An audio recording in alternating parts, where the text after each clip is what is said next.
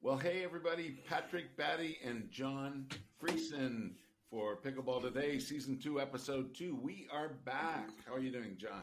I'm doing great, Patrick. It's been a hectic little while, but certainly happy to be back here and feeling good and loving this nice warm weather. Right. Yeah, spring is here. The snow is pretty much gone in our part of the country. But anyway, let's get on. Let's talk about what we've got going on today. First of all, before we do that, welcome to Pickleball Today. We're basically Canada's national pickleball podcast. We also, though, because of the viewers and listeners, we do a lot about U.S. because the industry is there. And we have probably 2/3 of our listeners and viewers are in the U.S., so even though we start as Canada's national one, we are really dealing with Canada and U.S. It's a podcast for everybody. Yeah, we're at pickleballtoday.co, and is our website, but our podcasts are on all podcast players, and it's called Pickleball Today, the pod. So whether you're on Apple, Spotify, YouTube, Audible, believe it or not, Amazon Prime, we are there. You'll find us if you want it. Pickleball Today, the pod's the podcast. Now, what are we going to talk about today? First of all, John, first topic is the carbon TrueFoam that you've been playing. A quick update on that. Yeah, looking forward to that. Yeah, and Patrick's going to take us through the 6.0 Next Gen, folks. You're not going to want to miss this. This is really interesting and unique, and it's one that I've been really looking forward to hearing all about as well. Next topic is a little mini cruise update. I went away a few weeks back. Not going to be talking about it long because we've talked about cruises before, but I will give you a fast update. Yeah, we'll be talking about a couple other things, but I think one of the more important things is definitely the pickleball paddle giveaway and the winner that was selected. So I know there's a couple people inquiring and looking forward to hearing who that person is. Yeah, and also you're going to be talking a lot about, there's some new rules about targeting. So kind of going at players, shooting a ball at people's head intentionally. That's right. Yeah, it's a couple new rules that are coming into play, and I think it's important not only from a pro level, but hopefully that filters down to the rec league or even development stages. So we'll be talking about that a little bit more a little later in the episode today. That and a few other topics, but it's a positive show that we've got put together here for you, and I hope everybody enjoys it. So Patrick, why don't we jump right into this? Okay. First item. Now this won't be long. In fact, I don't think our podcast is going to be very long today, but I always say that. What's the 6.0 Next Gem paddle? Well, first of all, a Next Gem, GEM, by the way, I think it's a clever name because all their paddles have gemstone names like diamond and ruby, et cetera, et cetera. 6.0 Next Gem paddle is one that I happen to have right here. Look at that. That's a beautiful paddle, Patrick. This paddle, there may not be any videos. I'm out of focus there, but there we go. Is that better? Yeah, it looks great. I don't know why it's all backwards to me looking at it from my screen. I think, yeah. Anyway, the Next Gen paddle is not a production paddle, and in fact, they may never be a paddle that will come out called 6.0 Next Gen. This paddle is a kind of a combination of a bunch of technology that 6.0 is trying out right now. And they have 6 new paddles on the way over the year, or at least a number of months. So a lot of things coming. This paddle is one that they've sent. It says ambassador exclusive. They've sent this particular paddle to 20 people around the world. And they're basically the advocates or people that have been selling their paddles to, at clubs, or in my case, through our podcast. And they've sent it to the top 20 affiliates, essentially, to get feedback on it. So I am one of the 20 lucky people that has that, and I've been playing now with it, John, for a couple weeks. Now, the mystery about this paddle is I don't know what's inside it, which is kind of odd, right? Yeah. You have your TrueFoam, you know what's inside it, you know what it looks like. We're going to have some neat new paddles next week that we'll be able to talk about. But I don't know what's inside this. But I gotta say, I really like it, whatever it is. So that's why I'm not going to be able to talk too much about it. It is absolutely, without a doubt, it has the grittiest surface I have ever played. So the amount of topspin I'm getting with this is pretty outstanding.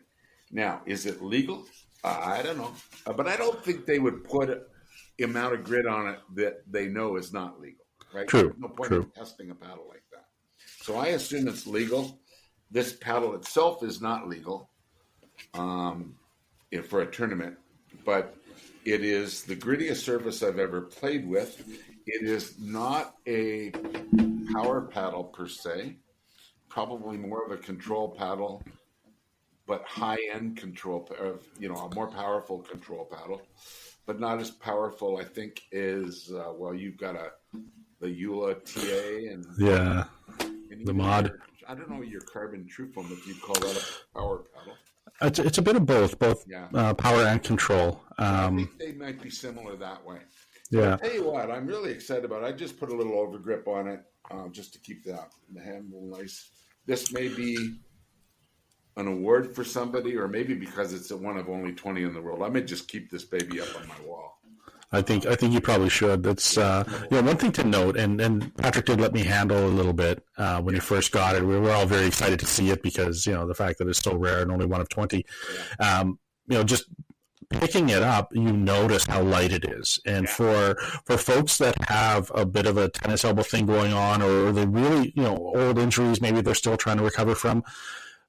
Playing with a lighter paddle makes a big difference, and I think something like this, like the next gem here that Patrick's holding, is probably where they're going with it, because I've never felt a paddle that light. I'd be curious to weigh it and see. Well, a light paddle right now is very timely for me. I don't think we put it in our topics, but I've had a bit of a sore tennis elbow thing going lately, so I don't want too heavy. And so this paddle, it is light, yet I have played with it with no weights on it whatsoever. I've got solution to the tennis elbow. We will talk about it. We'll add that later into the episode. But I must admit, I was excited about it because there haven't been a lot of new paddles come out from 6-0. Right. And, they'll do different color or different whatever. But there hasn't been a lot. I know they're working on it. There's stuff that I am not allowed to say, and yet I'm not direct. I'm kind of an insider, but they don't divulge a lot because they don't want you to talk about stuff that is proprietary while they're still in it. It's a very competitive world these days. Are we even able to talk about this one? I mean, they said I could. Yeah, they said okay. The fact only because I don't know anything about it, I can't do any damage, I guess. Yeah, I think for our audience here, if you've been around the day that Patrick brought this to the club, where we're tapping the paddle to kind of see, and Patrick says, "Give me your TrueFoam." So he takes my TrueFoam and he's knocking on it at different points in the paddle, and then comparing it to the next gem, knocking on that. But it was just a comical sight. Yeah, we trying to understand. Is it a foam inside or not? Is it honeycomb or not? I don't know. Yeah, I kind of think it might be foam, but I am just guessing. Yeah, it was super light, but it doesn't sound like a foam, at least not a solid. It's So I don't want to get into it too much, but it is the paddle that I'm playing the most right now because I really, really enjoy it. It's also not hurting my elbow as much as some that I had been using that I had weighted up a bit. Yeah. So. And that's an excellent segue, Patrick, because the next topic actually is your elbow. Okay. So it was, who put these show notes together? Well, that's just a strange coincidence. What's going on is I've never had arm injuries with pickleball. I've been playing for 2 years, never had a problem with it at all. I went through time with, groin injury last year that just had me not play for quite some time, but I've never had an arm injury. And I've been getting back to pickleball a lot recently, so I've been probably overdoing it. I'm feeling extremely healthy. I really want to get at it. I've freed up my schedule more than it was freed up before. So I'm out there playing much more, usually almost an hour and a half to 2 hours, 5-6 days a week. that's a lot on an arm, right? It is, yeah. And especially if normally with exercises, you're supposed to increase it by 10%, a week or something like that as you increase it, and then your body gets used to it. At least that's my understanding. Well, I had, been off even with the cruise. We'll get to that. But I didn't play a lot on that. I'd been off a lot for about a month, and all of a sudden I'm, playing, 12 hours a week, and the elbow started getting sore. So I did a couple things. I immediately went to bought a one of these tennis elbow kind of devices to put on here. I got it right up around there, and but I felt relief, but I also felt it. It didn't last the entire session. After 2 hours, what I was getting was the pain wasn't in the elbow; it was the forearm, like along in here. Did you find you had to adjust it during play? You know how it kind of tends to expand on its own. What's your? It stayed in place nicely, but Okay. I was finding the problem I was having. I don't know if I'm sharing it properly. I just did a little nick on my arm here, but this was getting sore in here, and a little bit in the elbow, mainly here. And I was worried about it because it was, the last thing you want to do is tear it or something. So Right. I played with that. It helped, but I was finding by the end of my 2 hours, the forearm was getting sore again. We have a sports doctor who plays with us at our club, and he says, well, you got to get a sleeve. Yeah. And so I bought a sleeve, and, there are expensive sleeves and there are cheap sleeves, and I'm on a tight budget. So I bought an inexpensive one that I have found to be extremely helpful. And I mean, it's just not rocket science, but effectively get it up here. And it's not nearly as bulky as the strap. Yeah. And I have had no pain whatsoever since I started playing with that. And I played with it about 3 sessions now. So that kept not just the elbow, there's a lot of, structural stability there, but I had no pain in the forearm at all once I put this on. So these were like 2 for $12 on Amazon or something like that. There's all kinds of them. Read the reviews. Won't recommend a brand. But the other thing I wanted to look at is, if you don't need one of these or you can avoid it, why not? And I looked, there are a lot of videos on YouTube, and I won't recommend a particular one, and I'm not a doctor. I was going to say, here's the thing that I've been doing, but to be honest, I'm not a doctor, and I don't know if I'm doing the right thing. So I am not going to recommend you listen to me. But there are a lot of good videos. There's a physiotherapist or chiropractor from St. Joseph's, Michigan. I think it's St. Joseph's, and he does great videos on YouTube. I will put a link to his show or his channel in the show notes, but he's got a great one, and he talks about doing a thing called skin. It's like skin. I don't know if the term was scraping, but effectively he puts some oil on your wherever the pain is, a little bit of oil, and then he takes a spoon. A spoon. But I don't. But anyway, he takes a spoon and he puts the end of the spoon and he pushes. Oh, I see. Okay. Yeah. And so now the other thing you could do is do it with the side of the handle. And for me, I found the end of the spoon was, I didn't like the feeling so much. And I also seem to have very easy to cut skin at this point in my life. So that's not from it.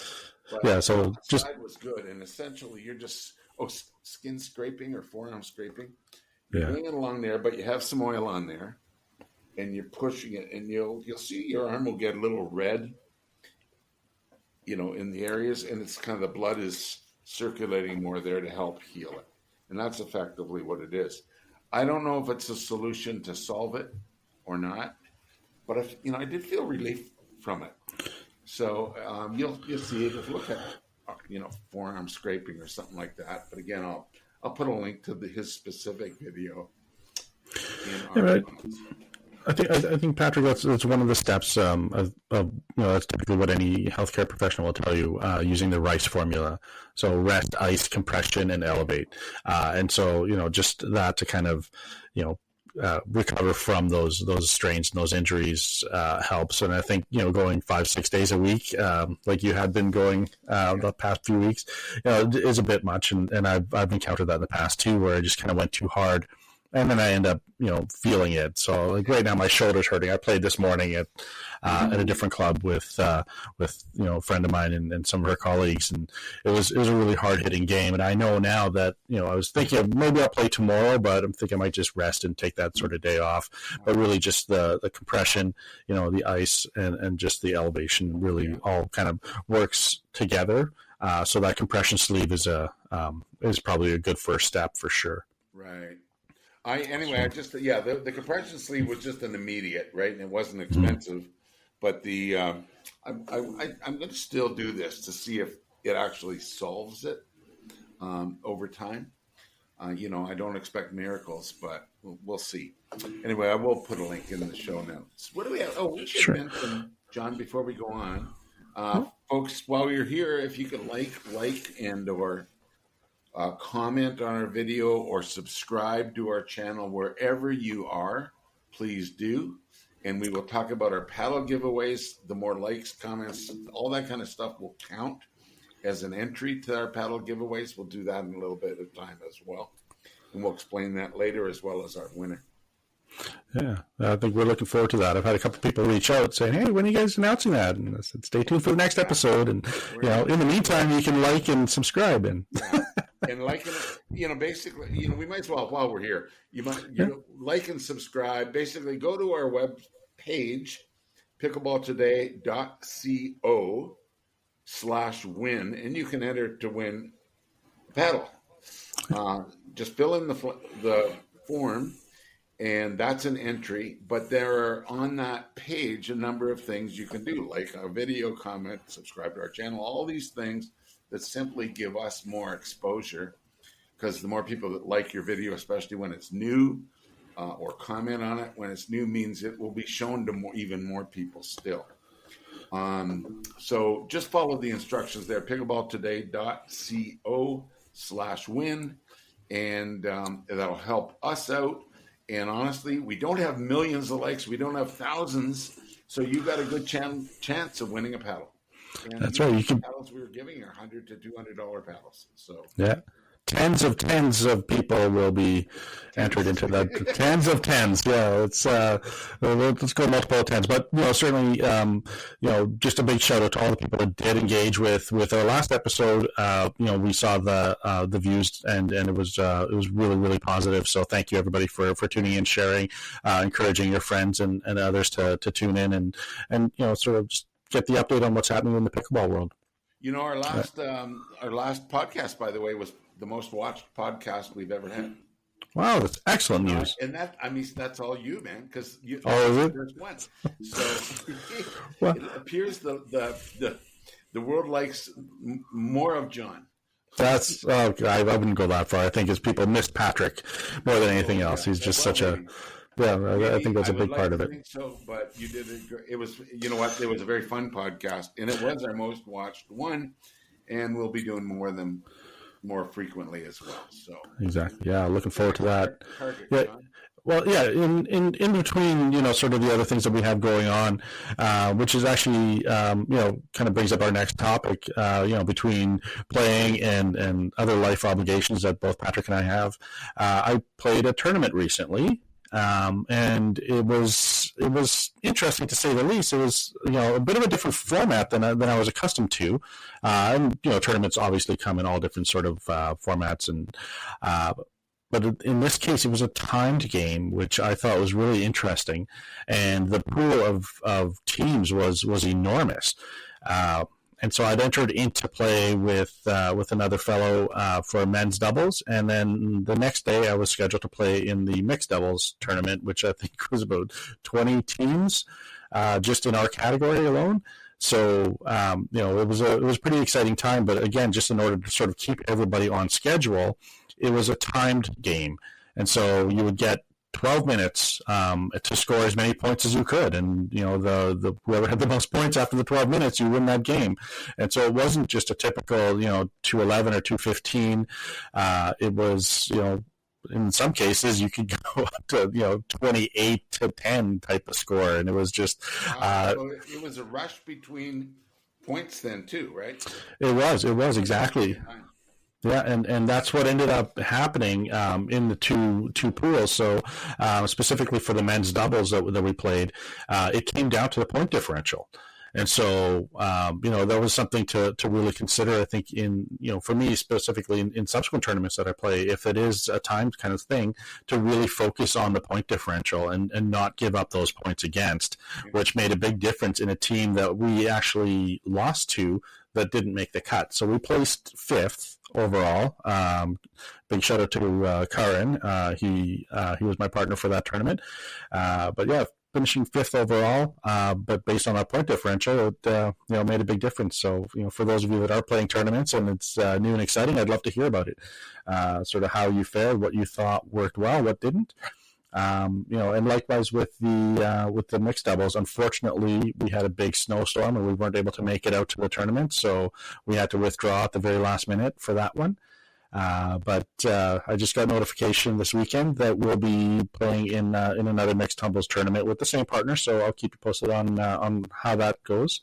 Oh, cool. But certainly, it's it's a fun thing to be a part of. Really, kind of test your skills and kind of focus on practicing with one partner, playing again and again and again. Yeah. I mean, it's a I don't know why. I had not heard of like a speed. It's like speed dating pickleball. It sort of was, yeah. That's for me. But you know what I do? I like to go fast when I'm on a roll. Yeah. In a normal game, if I'm serving and just hitting and taking the points, I like to just get to the next one.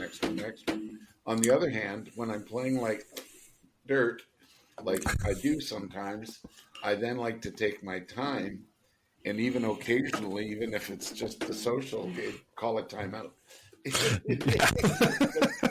It always a little break for my head, and maybe a break in momentum for the other against on the other guys seems to make a change. So I don't know.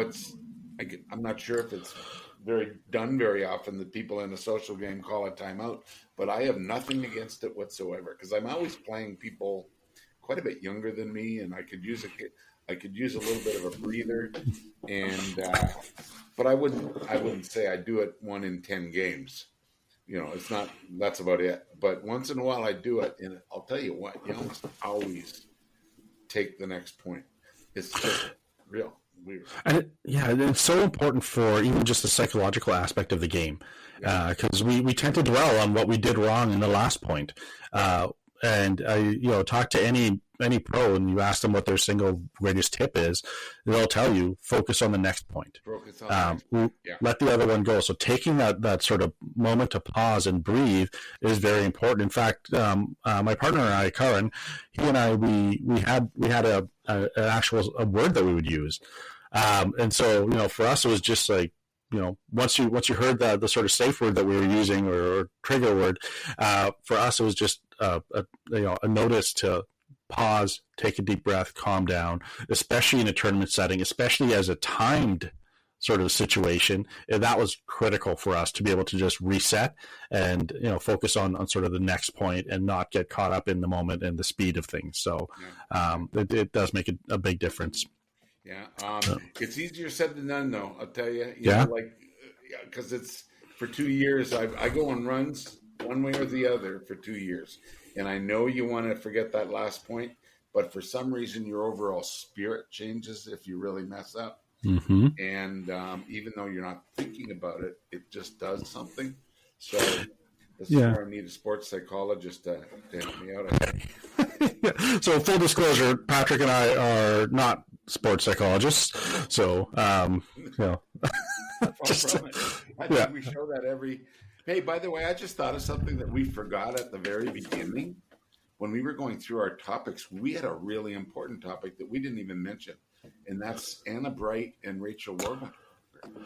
Yeah, we're actually getting to that a little later. We didn't mention it in the teaser up front, so No, we I'm not didn't. trying to change the order of everything, but we forgot to mention it in the teaser. So anyway, Yeah, yeah.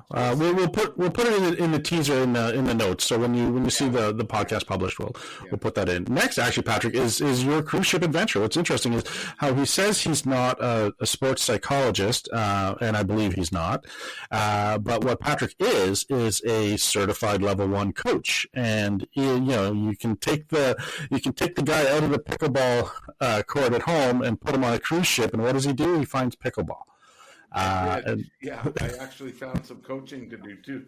Well, first of all, thank you. This is only the second cruise I've done in my life. I may not do any more. I'd never had the opportunity, and my wife didn't want to do any.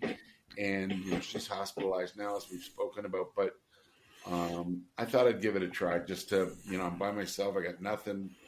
I want something to do, and all my friends do a lot of cruises, or I should say not all my friends, but a lot of my friends do a lot of cruises. So Holland America is the official cruise line of the PPA Tour. So every one of their cruise ships has pickleball on it. I've only been on 2 of their cruise ships. One of them is the oldest ship they have, which it's called the Volendam. And that was actually, the pickleball on that cruise ship was pretty good. I talked about that a while back. The courts are regulation length, regulation width, but the out of bounds area off to the side of the ship side, like interior side, had a big red firebox, where fire hoses are, sticking really close to the net. So whenever balls went there, we didn't go there, because if you ever tripped around there, you're going to take your head off, So hopefully nobody got hurt there. No, nobody did. Okay. But we intentionally were careful. The ship I was on this time was called the Eurodam. Eurodam's a newer ship, but whereas the other one had courts on both sides of the ship. If it was on windy on one side, it was generally not on the other. The Eurodam, being a newer ship, had a bigger space for it, but it was way up high on the ship, not on the sides. So there was nothing to block any wind whatsoever. And secondly, they only had 1 pickleball court. So it wasn't as ideal a situation as the other one in my case. They have newer ships still, and ones with multiple courts and things like that. I've not been on them, so I won't comment. But this one particularly, we had a very windy week. It was a Caribbean cruise to the Eastern Caribbean, and every day was windy. So the only time I really played a fair bit was in port before the cruise started, and in Fort Lauderdale, Florida. And because we were in a protected area, it had nothing to do with the ship. You got on at like 9 or 10 in the morning, or maybe 11, and it didn't depart till about 5 in the afternoon.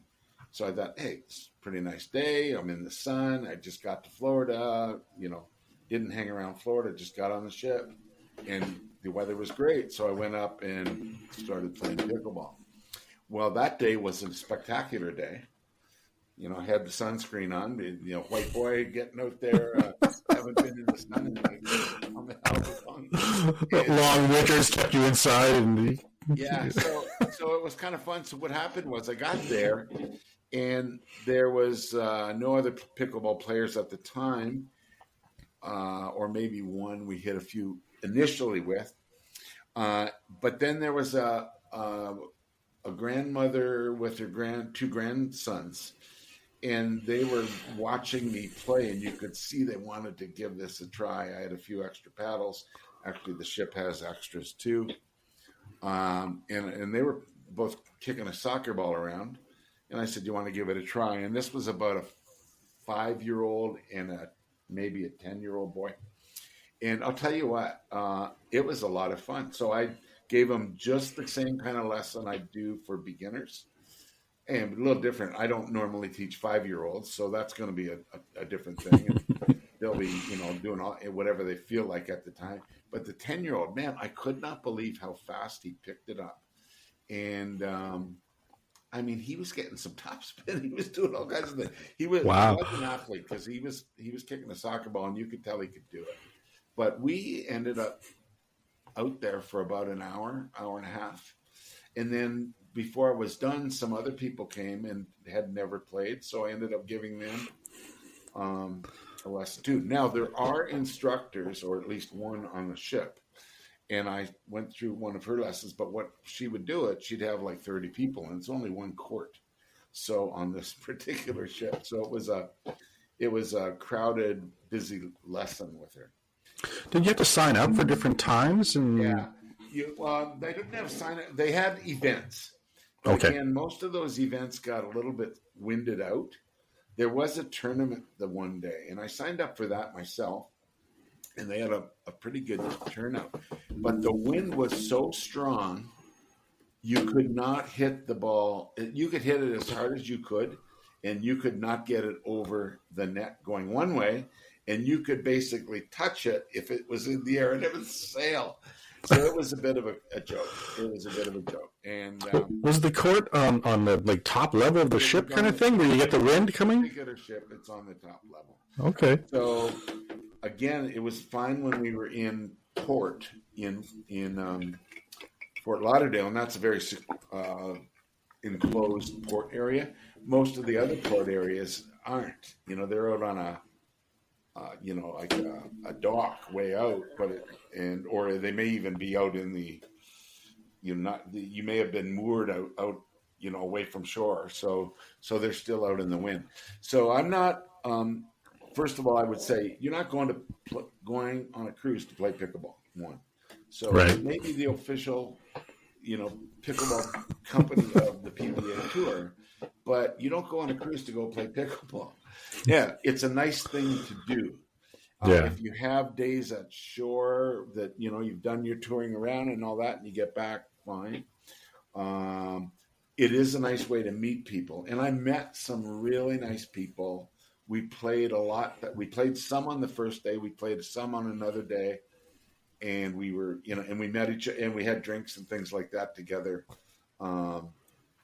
as well. So the folks that I met, there was a young lady from Vancouver, and her boyfriend was from Australia. Great, nice people, and they met on a cruise a year earlier. So, and I met a number of other people as well. So. It is a nice place to get to meet people, especially me being by myself. Yeah. It's nice that way, right? For sure. Because it's just awkward being by yourself, to be honest, on a cruise. But I had a lot of fun, and I did get a little training in, and I felt like I did my job. I trained a few adults. I trained a few kids. It's just fun for me. So look at that, pickleball bringing people together, we're all around the world. And so it's, I would say, by the way, again, Holland America, look at the ship. If you really, really want to play pickleball, look at the ship, see the configuration of the courts and things like this. Again, this one only had one, and it was actually a multi-sport court. It had, pickleball in it, but it also had a basketball net at the one end, so there was no fence at the back of the pickleball court. It went further back. So it wasn't an ideal court, but they do have good courts or better courts on some of the other ships. So if you want to look it up, Holland America. It's not an affiliate link or anything. I'm not sponsored by them. Although Holland America, if you hear this, exactly. Yeah, anyway. Call us. Yeah. We're totally down for a sponsorship if Holland America wants to be the official cruise sponsor of Pickleball Today, the pod. Yeah, that's right. Yeah. Well said, Patrick. Well, next up, I'm going to get into talking about some products here in a little bit, but I think we should probably get to this paddle winner, Patrick. I think that's an important thing that folks have been kind of waiting for, and I think this is where you shine. You get to deliver the best news of the day. Well, I don't know if it's the best. It's nice. Well, give me a drum roll. Okay. There we go. And the paddle winner today is a gentleman named Steve McAlpine. Hey, congratulations, Steve. Hey, congratulations, Steve. So we have a paddle for you. We need to hear from you. You can email. Well, we'll email you first. You email and we'll reply, and then we can figure out how to get you the paddle. So congratulations. Now, while we're on the topic again, pickleballtoday.co/win for this month's paddle. And that contest is going from 30 days from today as we record on the, what is the date today? 15th. March 15th. March 15, yeah. So it's going till April 15th. And we may even give away 2 paddles on that one, I think, because we've got enough. And we'll make up for our, lack of an episode. So anyway, pickleballtoday.co/win. Enter there. Give us a comment, like whatever you can do to spread the word when you see this video, and that will be part of your entry. And the more things you do, the more entries you get. So, John, I think it's up to you now. Why don't we talk about Carbon TrueFoam? Yeah, so we did touch on the TrueFoam in our last episode, and since then we've had a bit more time with it. I've certainly had a lot of time with it, and have had requests from other players at our club that had wanted to borrow it. So I'll give it to them for a few days, then I'll start playing with it again for a few days. And for me, it's I found it to be very much a control paddle. With elements of the power. I don't need a lot more in a power paddle necessarily, but certainly the control aspect of it for me has been a day and night difference from some of the other ones that I used to play with, and it held up really well. And I think what we found is, for a number of people that have played with it, sort of given their feedback, it's been resoundingly positive. So much so that I think Carbon is sold out of them right now, and they're going to have to pre-order for a wait list as they're waiting for the next shipment. So I think that's a good sign. But certainly for my experience, the TrueFoam is not going to break down. You don't have a break-in period where you kind of have to get used to it. You just straight out of the package and play, and you'll find it is a very easy to handle, lightweight paddle. I did overgrip it, just to make sure that it wasn't hurting me, but certainly I like the overgrip. Some people weren't keen on the sort of octagonal shape, but for those that like to play a little more, more of a lighter game, heavy dinking game specific to the kitchen, those folks really took to it well and enjoyed the control and the ability that it has. Similar to the next gem that you're playing with, Patrick.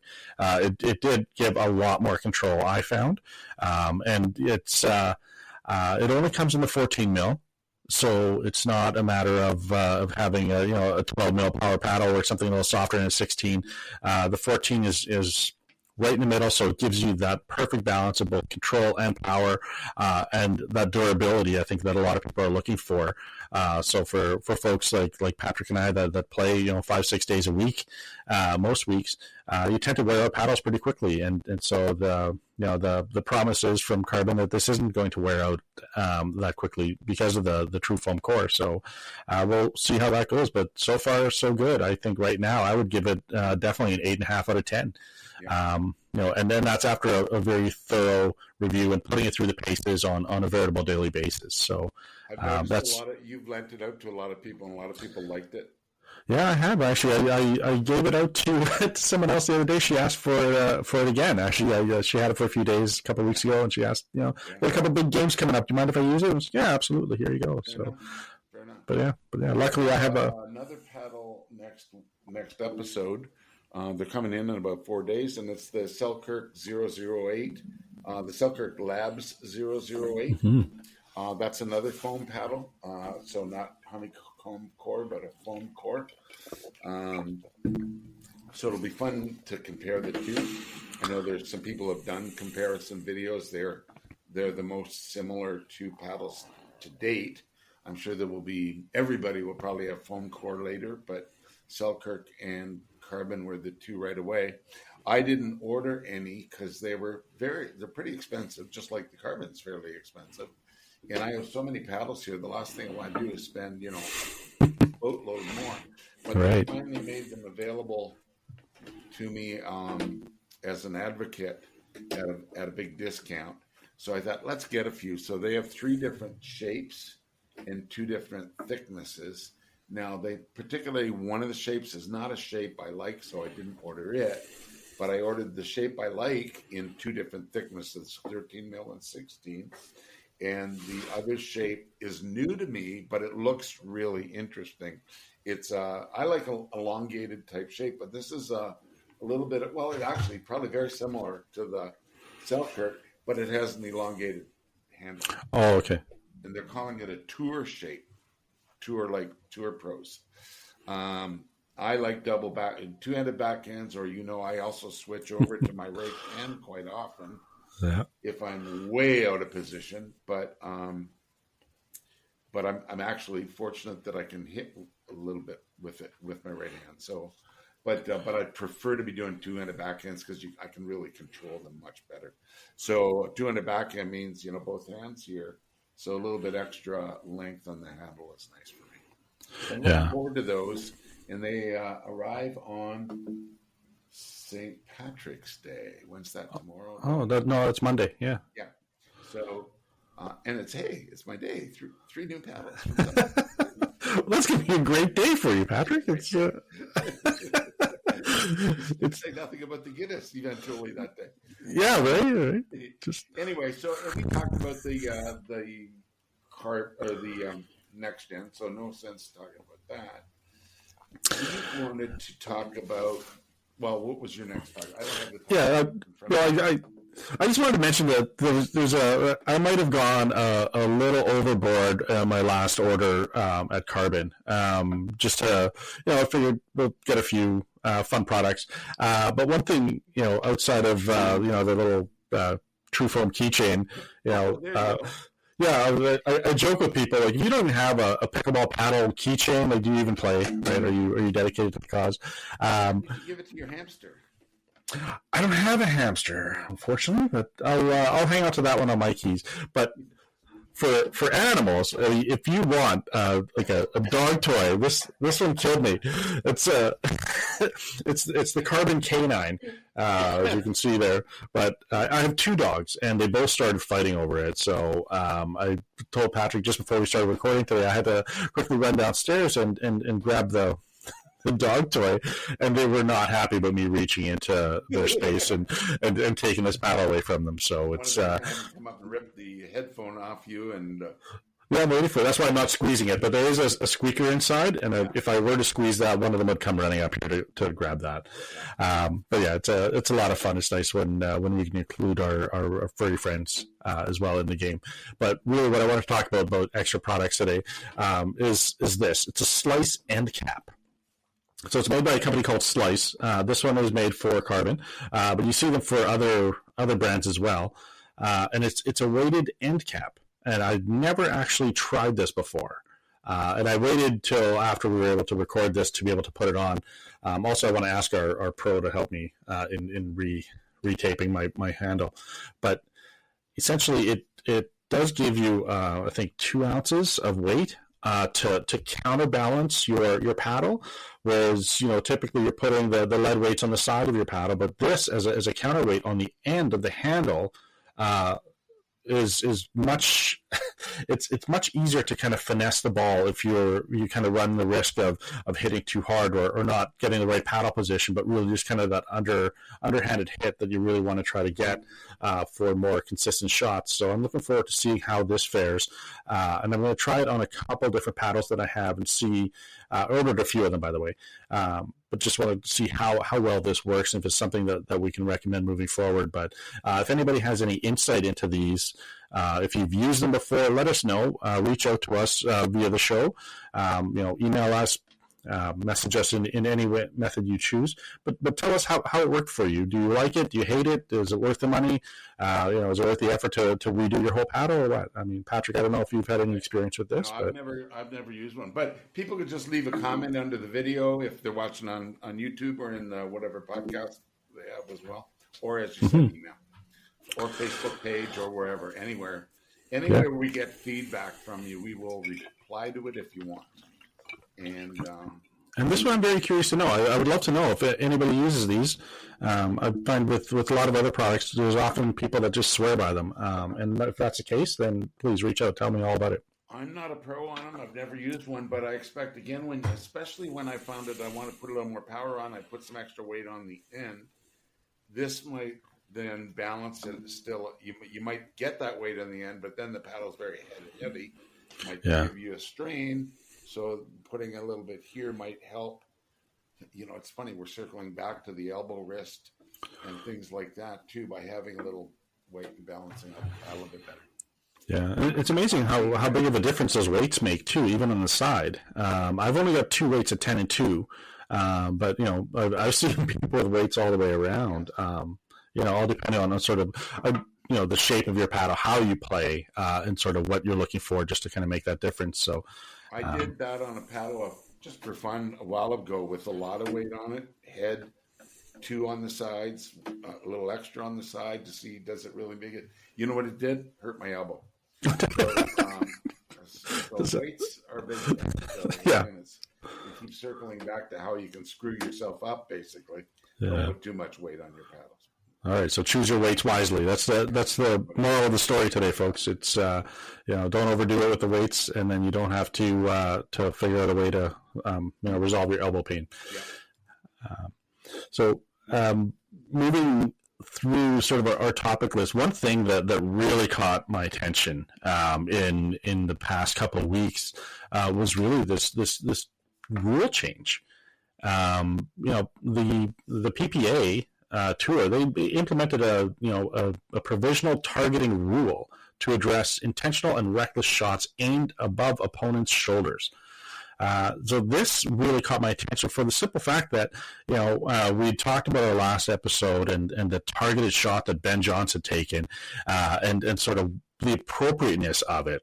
And then once you sort of learn the story behind it, how, at that pro level, there was some I guess not some polite shots being taken on both sides of the net, that really, that really precipitated that sort of reaction. And I think because it was Ben Johns that did it, everyone took note.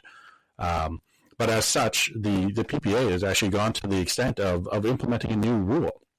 So I dug into it a little bit, and I'm just going to read some of this off here. I won't go too deep into it, but really the definition of the violation in this case is any deliberate or reckless targeting of an opponent above the shoulders is deemed extreme unsportsmanlike conduct. So I think the wording that they chose to kind of highlight this, or rather define it, has really kind of I don't want to say it's a reaction to sort of what we've been seeing in recent years and months, but it almost feels like it. But they're not messing around with this. They will, for the first offense, issue a technical foul resulting in a point awarded to the opponent. There's a minimum fine of $2,500 imposed on the offending player.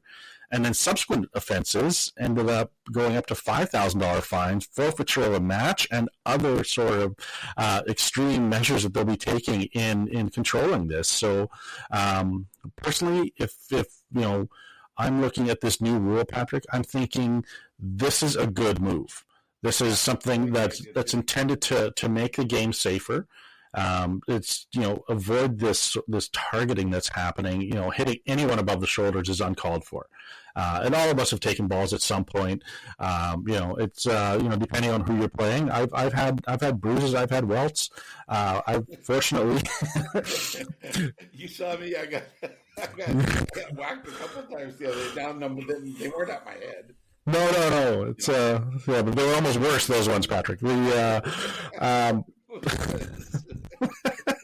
But the not targeting above the shoulders and really kind of having referees look out for that, I think is going to make the game a lot more professional.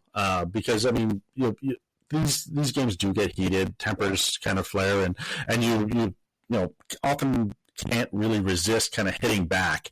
I think this is hopefully a measure that will kind of give everybody pause for thought and remember that this is a sport. Let's be courteous to our opponents. We might not like where we're at in the game or how we're playing or the circumstance, but it is never okay to target someone. And I think we see this in other sports, football and others, where there's targeting rules. And I think it's good for the PPA to kind of catch up on this.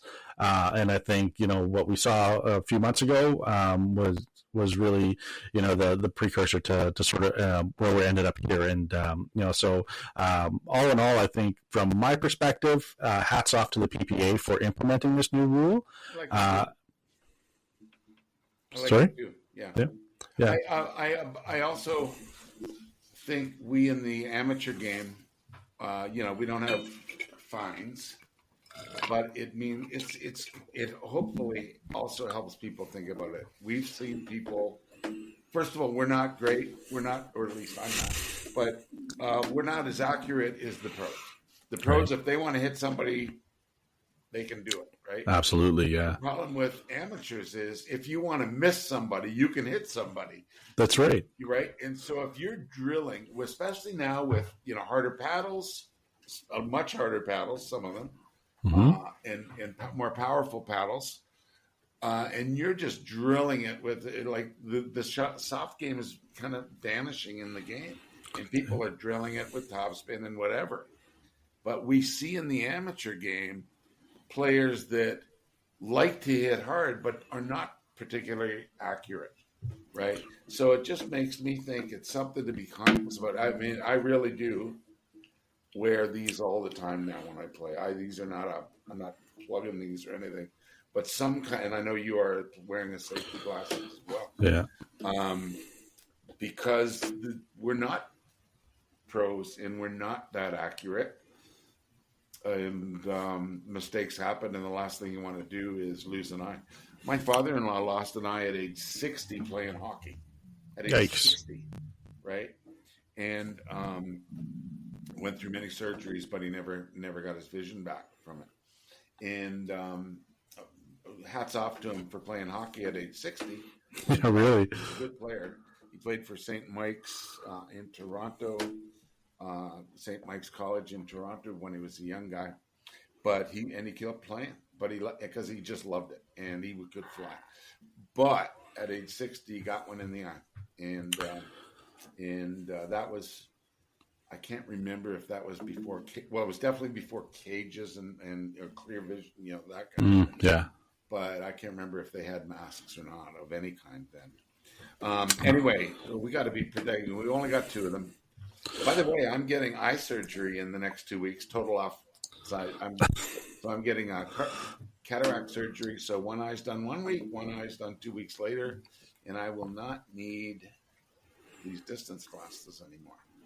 So good news on that. So we'll fill you in on how Patrick's game progresses after his eye surgery. Yeah, no more excuses, right? Well, I didn't want to go that far, but I've used the glasses, no glasses excuse whenever I can. Yeah, absolutely.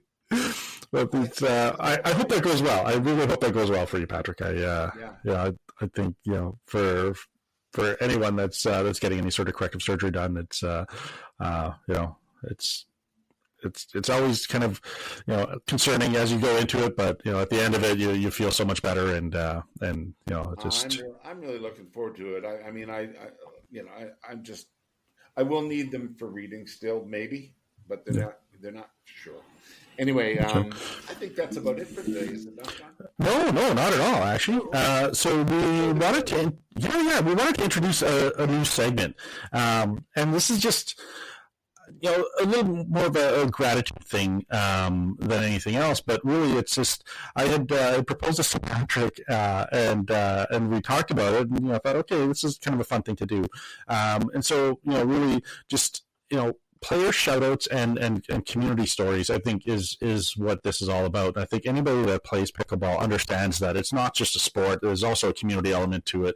You get to meet some great people. I mean, I would have never met Patrick if it wasn't for pickleball. So, I mean, I think this is a testament to the game itself. But every now and then, there's folks within the pickleball world and your orbit that just has a real impact. And sometimes those people are on TV, and I've never met them. And so, I thought, let's do a little segment on sort of, is there a person or a group of individuals that kind of deserve a shout out, on an episode for just being an influential member or party to the game. And so my pick for this week is going to be Anna Bright and Rachel Rohrbacher, the Girlies as they're known. So for those of you that do follow pro pickleball, and Anna and Rachel, if you're listening, I'm a huge fan. And I was. Yeah, and Patrick is too. We were talking about who my pick was, and he's like, "Oh yeah, I love those guys." And so, what really caught my attention, beyond them being spectacular players, just the sportsmanship that they exhibit, really the passion that they bring to the game, is the newest venture that they have with their apparel line that sold out in a couple hours. I wasn't even able to get one, but I really want one of those Girlies sweatshirts. So if anybody has one in an appropriate size they want to get rid of, call me. But they're, I think these are two to watch. So for those that like to watch pro pickleball, as I do, make time to watch the Girlies play, because they are just phenomenal. And Patrick, I know you've had some experiences with them as well. Yeah. Last year when I went to, I can't recall now if I saw Anna at Cincinnati, but for sure I saw her a lot in Grand Rapids last September. I believe it was September. And this was Major League Pickleball there. And she was absolutely the team leader on her team, the way I could read it. I was fortunate enough to sit in the players' area. So I was right, 8 feet away from them when they were serving. I could hear everything she ever said. I could hear what she was saying on the bench when she was watching her teammates. And she's a leader. This is Anna specifically. Don't know much about Rachel, and I didn't hear much from her. I didn't hear her really speaking, but she was newer to the group then, and she was letting Anna take the lead on everything. But Anna is a definite Type A personality, by far. She is maybe the most intense. I mean, there's intense players out there, irrespective of whether male or female, it doesn't matter.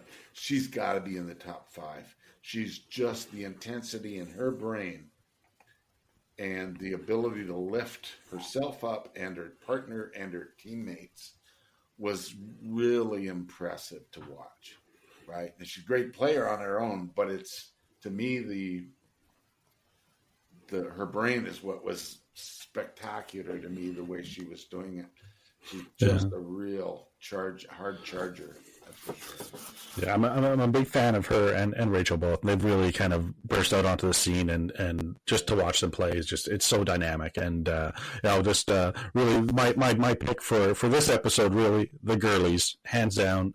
You win my vote this week. Yeah. And so we'll see who's next. But we want to kind of put this out to the listener community here as well. So if there's somebody in your pickleball community that you feel should be getting a shout out, by all means, send it in to us. Patrick and I might be able to read it on there. And why don't we do that? I said maybe I'll give away another paddle next month. Let's do the one paddle based on the draw, and another paddle based on who we select. That's a great idea. From the contributions. Okay. Yeah, that's a great idea. And just but you can't use Anna Bright anymore.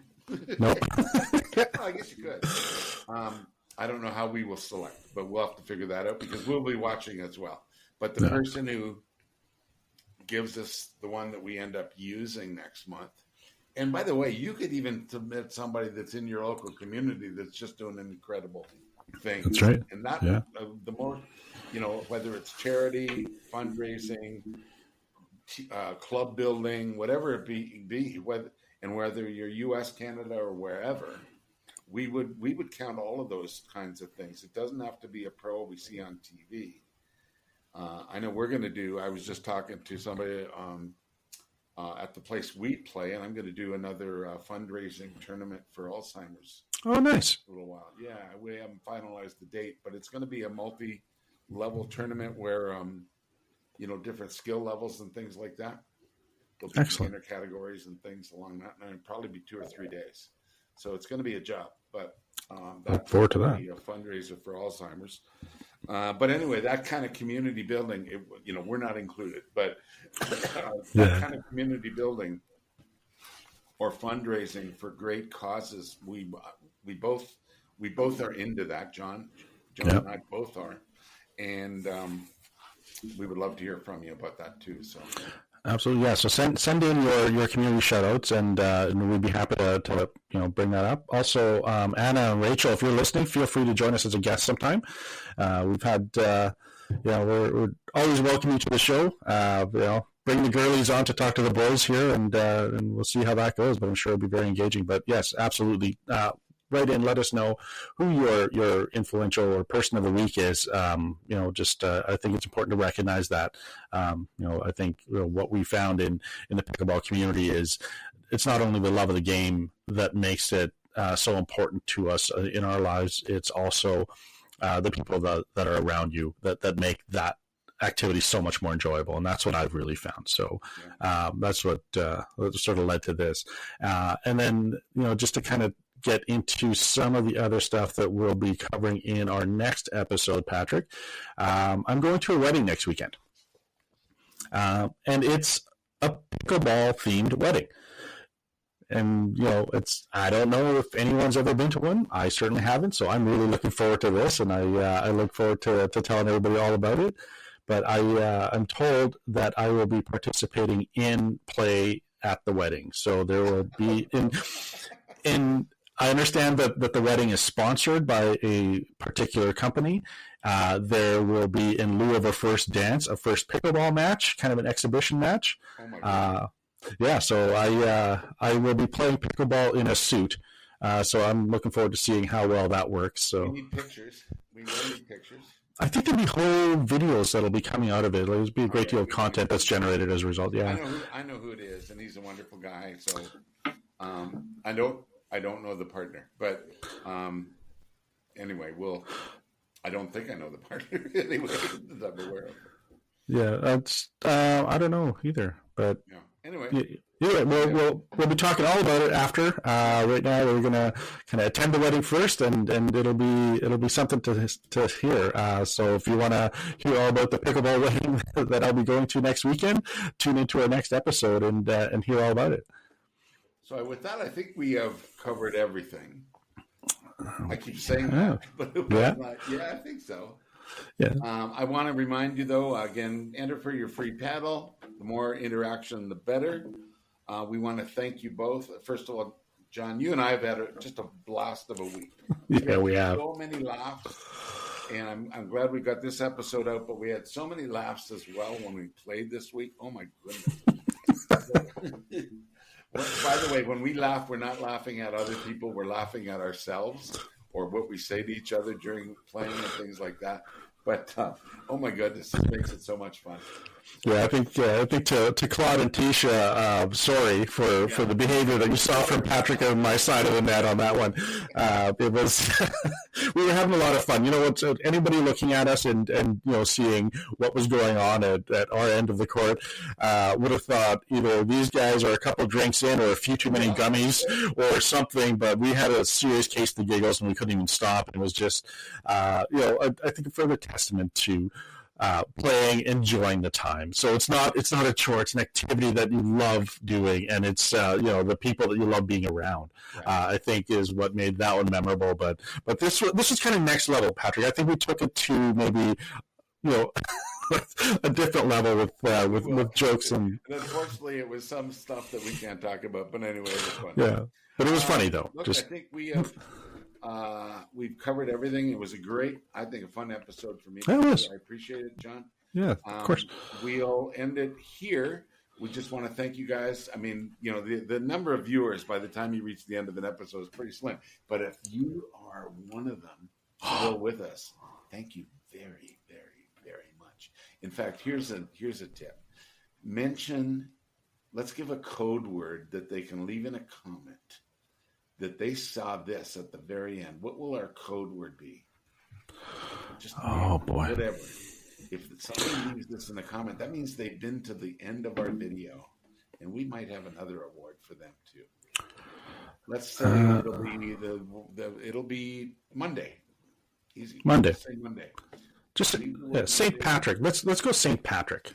Oh yeah, that's better. Which is Monday. Say St. Patrick. That's perfect. And in the video or in a comment, whatever, that means we know you got to the end and you are one of the 4 people that got it. Or more. You might be one of the 10s. We are, and that means you're part of the club. Anyway, thanks everybody. Thanks, John. We'll see you in the next episode. All the best. Bye-bye. Thank you. Word.